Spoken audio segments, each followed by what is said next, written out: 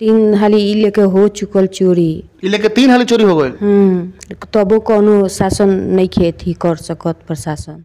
देख सकत नहीं कि कब्जा के कैसे तोड़ के देखी कि है कब्जा के कैसे तोड़ दिहल गल बाटे और तोड़ के भीषण डकैती भइल बा बरौली के बतरदे पंचायत के वार्ड नंबर 13 में। देख सकत नहीं कि थोड़ा सा है दिखाई है देखी कि कब्जा के तोड़ के और कैसे डकैती कल गल बाटे। चोर देख सकत नहीं कि कैसे अभी 2 दिन पहले के प्लास्तरा भइल बा ई घर। देख सकत नहीं कि 2 दिन पहले के प्लास्तरा और चोर सीढ़ी के रास्ते से कहीं गेट भी नहीं के सीढ़ी पर। हम चाहें कैमरामैन से दिखाओ खातिर के देख थोड़ा बारीकी से दिखाएं कि कैसे। गहना कितना कर लो लगभग? करीब 2.5 लाख के बा। 2.5 लाख के गहना बाटे।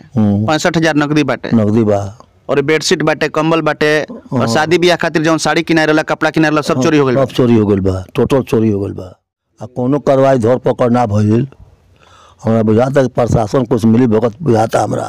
उसमें कब्जा के छटका के देख सकता नहीं कि भीषण डकैती बरौली थाना क्षेत्र के बतरदे पंचायत के वार्ड नंबर 13 में। ग्राम पोस्ट बतरदे, थाना बरौली, जिला गोपालगंज। बतरदे गांव से हम बोलता नहीं। हमारा नाम विकास कुमार मिश्रा, पिताजी के नाम श्री हीरा मिश्रा। 27 तारीख के रात में हमारा घरे चोरी भइल। आवेदन देला 3 दिन भइल। नामजद हम आवेदन देले बनी थाना प्रभारी के। आज तक ले मतलब कोनो एकर कार्रवाई वहाँ के ना कईनी। हमनी के जान माल के खतरा बा, कब का हुई कोनो एकर गारंटी नहीं है। नमस्कार, हम बानी अमरजीत कुमार गिरी, रउआ देखतानी भोजपुरिया झकोरा। आज हम पहुंचल बानी गोपालगंज जिला के बरौली प्रखंड के बतरदे पंचायत के वार्ड नंबर 13 में। लगातार क्राइम जोन बा बरौली थाना क्षेत्र में बढ़ रहा बा। चाहे वो हत्या होखे, लूट होखे, डकैती होखे, चाहे छिनतई होखे। हम बानी बतरदे पंचायत के वार्ड नंबर 13 में, जहां पर भीषण डकैती भइल बावे हीरा मिश्रा जी के घर में। हालांकि थाना के आवेदन 3 दिन पहले दिहल जा चुकल बा विकास मिश्रा जी के नाम से, लेकिन अब तक ले धारा और FIR ना लगल। हमरा इहो पता चलल कि विकास मिश्रा जी थाना के आवेदन नामजद कैले बनी। मतलब कि ऐसा डकैती भइल बा हीरा मिश्रा जी के घर में, जौना डकैती में नामजद और थाना के आवेदन दियल गइल बा। थोड़ा सा कैमरामैन से चाहें कि आई और हर दृश्य दिखाई, जिला के पुलिस कप्तान के दिखाई। थोड़ा सा नीचे करके मोबाइल, हमार चेहरा ना आई तबो कोनो बात नहीं है। थोड़ा सा नीचे करके दिखाई कि हई सब के ताला नहीं है तुरल गइल, कुछ में ताला तुरल गइल बा, कुछ में कब्जा के छटका के हई, कुछ में कब्जा के छटका के देख सकता नहीं कि भीषण डकैती बरौली थाना क्षेत्र के बतरदे पंचायत के वार्ड नंबर 13 में। और आवेदन भी दिहल जा चुकल बा। देख सकता नहीं कि ई सामान जौन बा कि जैसे तैसे पड़ल बा। काल के डेट में प्रशासन भी आके सामान के देख के जा चुकल बा और यहाँ के 3 दिन पूर्व जौन बा थाना के आवेदन भी दे चुकल बानी, वो भी नामजद आवेदन। लेकिन अभी तक ले प्रशासन के तरफ से कोनो कार्रवाई नहीं कल गई। तमाम बातचीत हम करें और घर में भी हम लेके चलते नहीं रुआ सब के कि देख सकते हैं कि हयो पेटी पर थोड़ा सा दिखाई, हई बाहर के पेटी पर थोड़ा सा दिखाई कि कैसे ताला तोड़ के कब्जा छटका के और घर में चोरी भइल बाटे।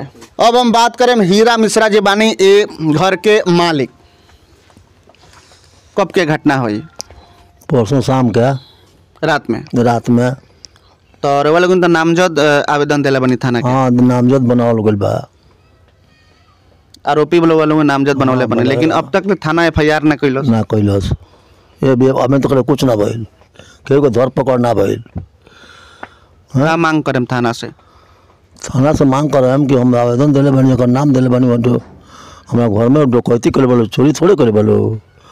8 गो बाथरूम, 10 गो ट्रक खोलने वालो, 10 गो अटैची बा, 2 गो बड़का ट्रैक्टर ट्रैक बा, 2 गो बड़का ट्रैंक बा। हाँ, 8 गो जौन बात सूटकेस पेटी बा बड़का, 10 गो अटैची बा। जौना में शादी बा हमारा घरे पड़ल, 9 तारीख के तिलक बा। कपड़ा खरीद के रखल रहा जौन सूटकेस अथी में, अटैची में बड़का अटैची बा।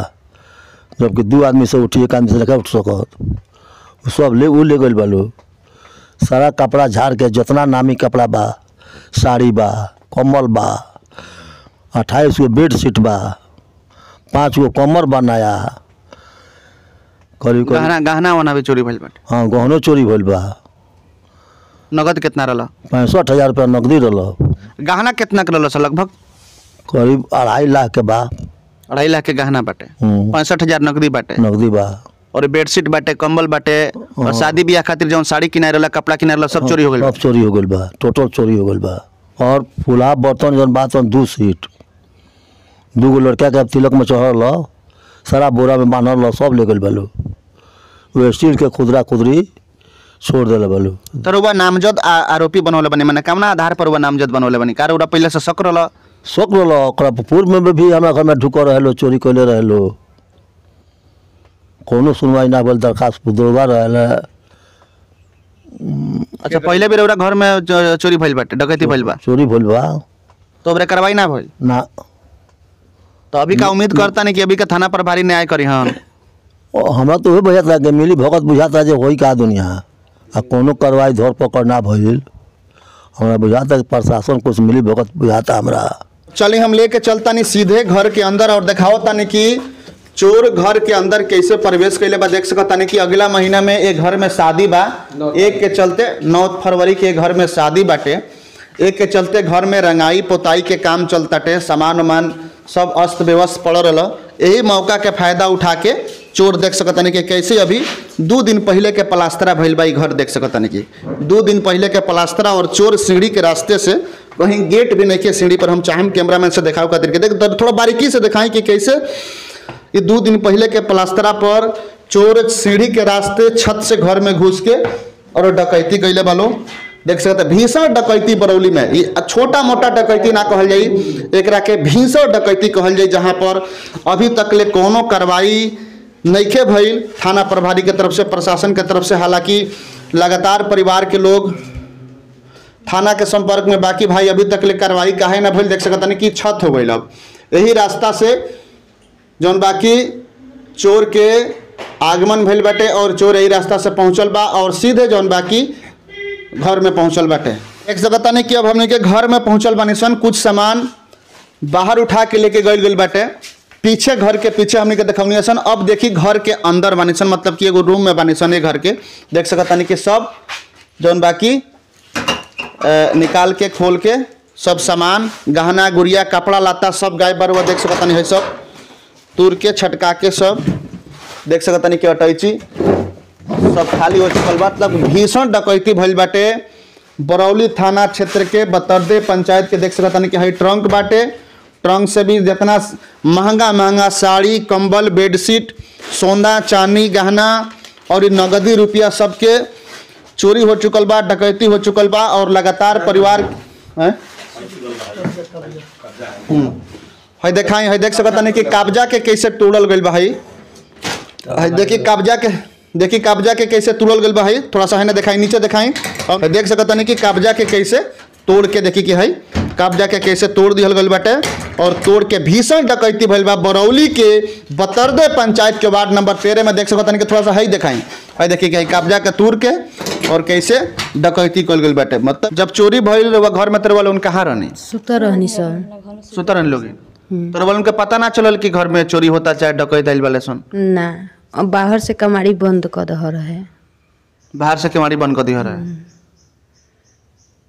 कब बजे के मैंने रात के घटना रोल उनके बुझाता? कब बजे रात के? 12 बजे, 1 बजे, 2 बजे? 1 बजे के करीब में, 2 बजे करीब में। 1 बजे 2 बजे करीब के घटना हुई। तो लगभग रोल उनके सोना चांदी गहना उना तो सब चोरी हो गई हुई? हाँ, टोटल गहना लड़की खातिर बना के धरल, शादी बा देवे के, ले जाइला कपड़ा लत्ता सब कुछ भइल तैयारी रहल। एगो VIP में क के धइल रहल, गहना रहल, टोटल सब क के धरल, सारा ढोले रहल बा। के खरीदा गइल कपड़ा टोटल घर भर के, आ सब ओहि में धरल, पेंट होत रहल, घर खाली क के ओमे खनिया रहल पेंट करे खातिर। तो सब चोरी हो गइल बा। 3 हाली ई लेके हो चुकल चोरी। ई लेके 3 हाली चोरी हो गइल। तबो कोनो शासन नहीं खेती कर सकत प्रशासन। का करी सो हमनी के सब सामान किना गए रहल, लइका से आन सब कर गहना गुड़िया कपड़ा लत्ता सब चोरी हो गइल। अब ए बेरा कर्जा पैसा काट के सब भई रहल।